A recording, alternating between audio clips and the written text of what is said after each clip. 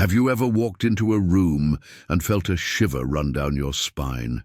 Have you ever stared into a mirror and had the strange sensation that something there was watching you back? Have you ever found an old photo and, when holding it, felt a weight in your chest, a subtle discomfort, almost as if that image carried a story that you no longer wanted to be remembered? It may seem strange, even exaggerated, but there are objects that hold more than just memories. There are objects that trap energy, that open portals, that keep alive the presence of those who are no longer here. And among these objects, mirrors and old photographs occupy a special and dangerous place in the spiritual world. Many ignore this.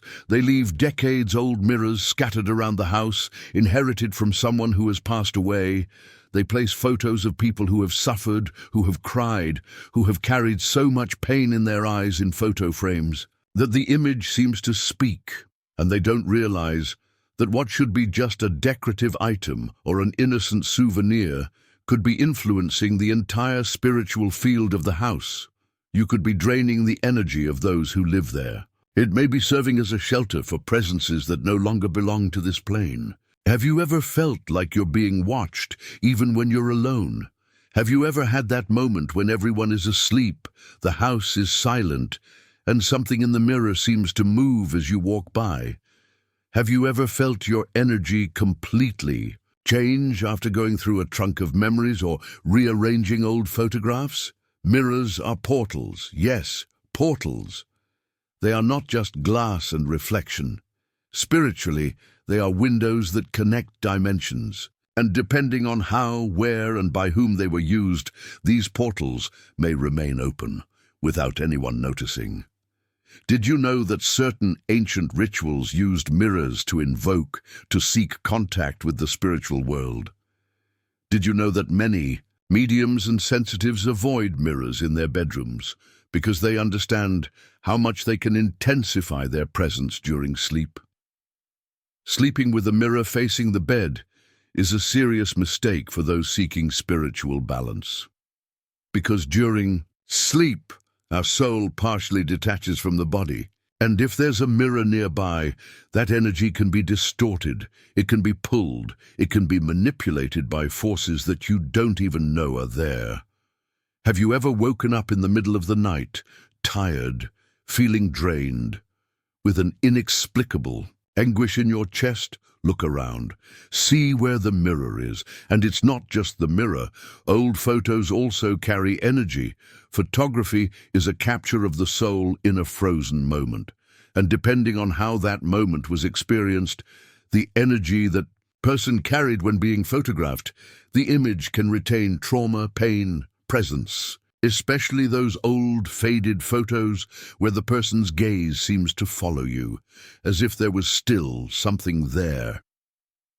Do you keep photos of deceased relatives, of people who have already left suffering? Have you ever paid attention to the type of energy you feel when looking at these images? Do they convey peace, or do they make you restless? Photos can act as spiritual anchors, and some of them keep the energy of the past trapped inside your home, inside your energy field, preventing the new one from entering. Many homes live in constant spiritual tension because of this.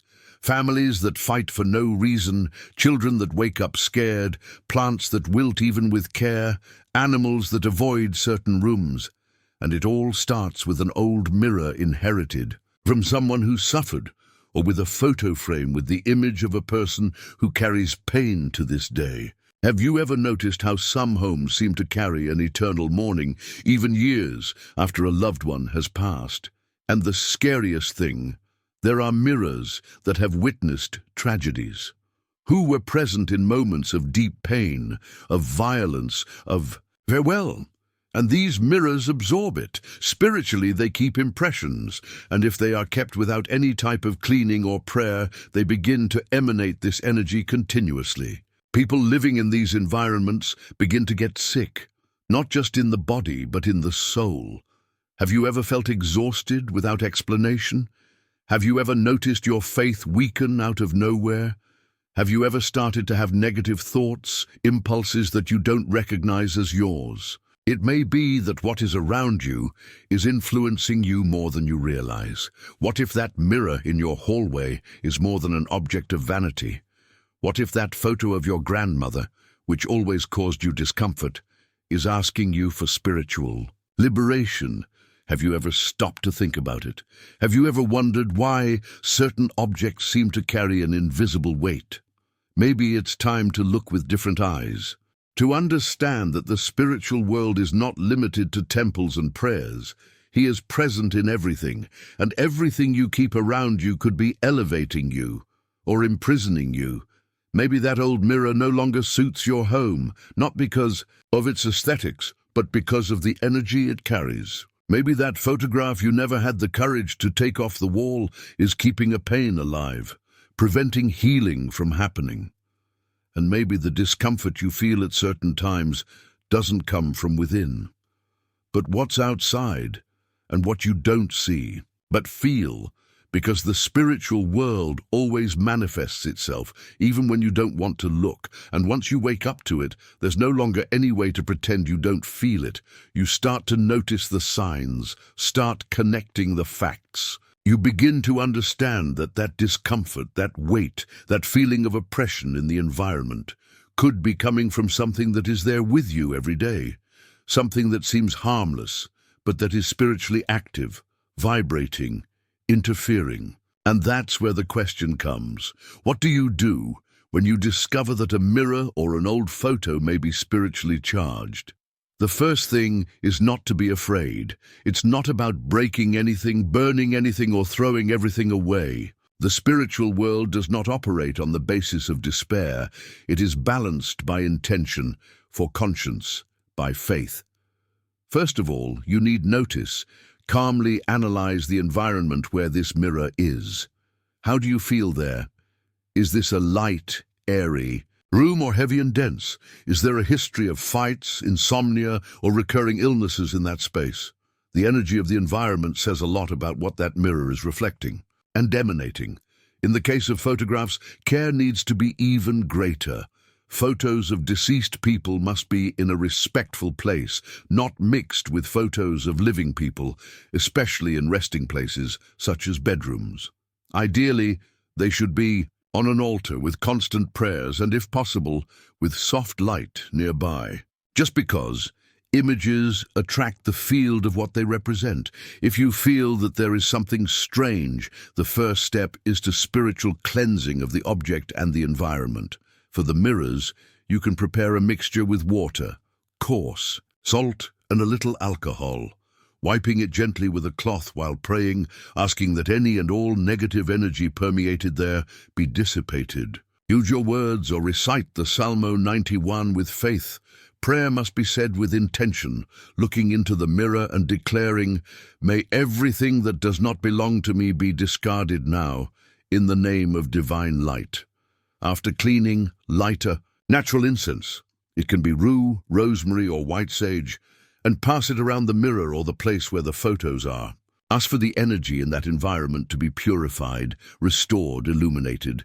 Remember, faith is your shield, and your word has power. And if, even after all this, the object continues to cause discomfort, consider whether it is really worth keeping. Sometimes detachment is also spiritual. Holding on to something that holds you back out of fear or attachment could be what's stopping your energy from flowing. Have you ever felt this kind of thing in your home? Have you ever had the feeling that some photo or object looks at you? Have you noticed that when you remove certain items from the environment, energy improves? Have you identified with anything so far? If so, tell me in the comments. Write below if you have ever experienced something like this. I really want to know what you feel when you look at the mirrors and old photos of your house. And if you know someone who needs to hear this, someone who carries a picture of the past in their living room that they can't let go of, share this video with that person. Sometimes a simple piece of information can change everything. And if this message made sense to you, if it touched something inside, like this video now. This helps me to continue bringing content that enlightens, awakens, and protects, and it shows me that you are walking with me on this spiritual journey. Because here we talk about energy, the soul, faith, and everything that the eyes cannot see, but the spirit feels. And when you start to notice, feel, recognize the signs, you also start to change your attitude towards your home, your life, your inner world. Because spirituality is not just what happens during prayer or when you enter a temple. Spirituality also lives in the choices you make within your home, in what you keep, in what you allow to remain close to your energy, and that changes everything. The house is the extension of the soul, and therefore what enters it must pass through the filter of spiritual consciousness. Some objects, no matter how beautiful or old they are, carry stories that are not theirs, and if you're not paying attention, you'll end up accepting energies that don't belong to you. A mirror inherited from someone who lived for years in depression. A frame with a photo of a marriage that ended in pain. A painting that makes you uncomfortable, but you leave it hanging because it matches the decor. None of this is harmless. Everything carries vibration. Everything communicates something to the invisible world. If there is something in your home that causes you heaviness, discomfort, or chills, listen to that feeling. Don't ignore it. Your spiritual body is trying to warn you. Some signs are silent but consistent, plants that don't thrive despite care, animals that are agitated for no reason, electronic devices that always fail in the same place. A feeling of constant tiredness in certain rooms, fights that always start there, in the same space. This is no coincidence. That's a sign. And that's why the spiritual protection of the home should be a habit, not an isolated event. It's not just about cleaning once and forgetting. Just like the physical body needs bathing, the home also needs regular care.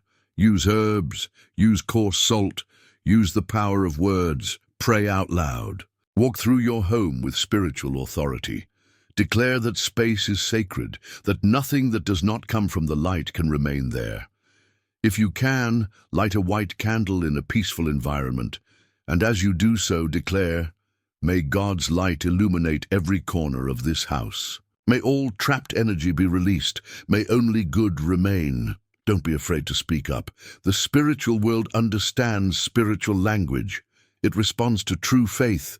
Avoid leaving unused or broken mirrors in the house. Don't keep photos of deceased people spread out in common places, much less in bedrooms. If you want to pay homage, do so with respect, prayer, and light. And never, ever sleep with a mirror facing your bed. You don't know what might be opening up there as your body rests and your soul wanders on subtler planes.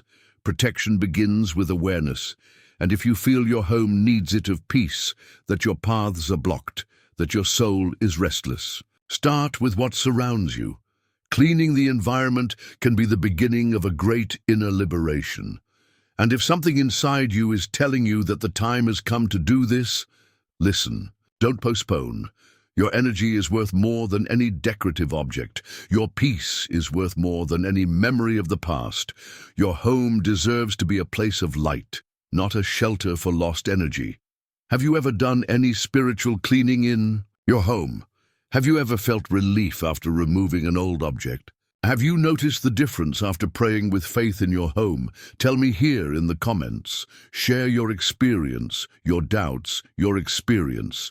Let's create a chain of light in the comments. Your story can help someone else awaken. And if this message touched you, enjoy this video now. It shows me that you are here with me on this spiritual walk, and share with someone you love. Perhaps this person is suffering in silence, unaware that what they are feeling comes from a forgotten mirror, from an uploaded photo, from a presence that never left. Spirituality is presence, and where there is presence, there must be light.